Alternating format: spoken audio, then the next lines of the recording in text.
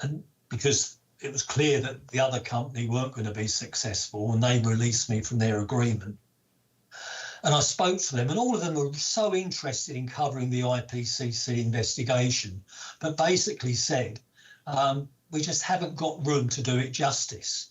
And it actually turns out that there's more about the investigation in the drama than there is in the documentaries. Right. So the BBC director, a guy called Jim Nally, I actually did some filming for them, which in the end they didn't have room for in their fantastic program, The London Bombings. But he said, why don't you write a book? And he'd done some work, he'd written some books before, and he helped me with certainly turning the first draft into the second draft. He was an enormous help. So that was the first reason why I did it. Because, as I say, I felt the documentaries had a big gap in them. The second thing is just setting the record straight. I was playing golf with a guy 18 months ago, and we were talking about what I dealt with in the past, and we spoke about Jimenez's. And he said, what I don't understand is why that Brazilian ran away from the police and jumped over the barriers.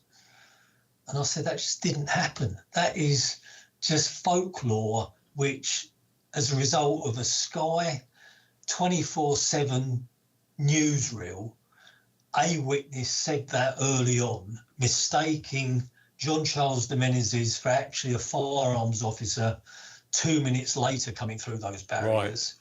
Right. And I just thought the record needed to be made straight, and that's why I did it.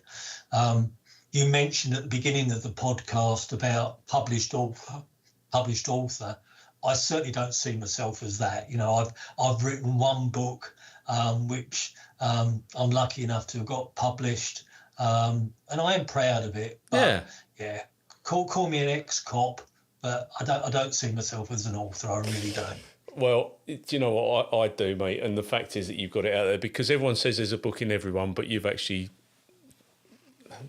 done it. All right. This is fantastic. And as I say, people need to get hold of a copy of this, because it is really, really good and it's captivating. And I hope that somebody does works with you to do a drama just on. This is a story on its own. I think that is lost.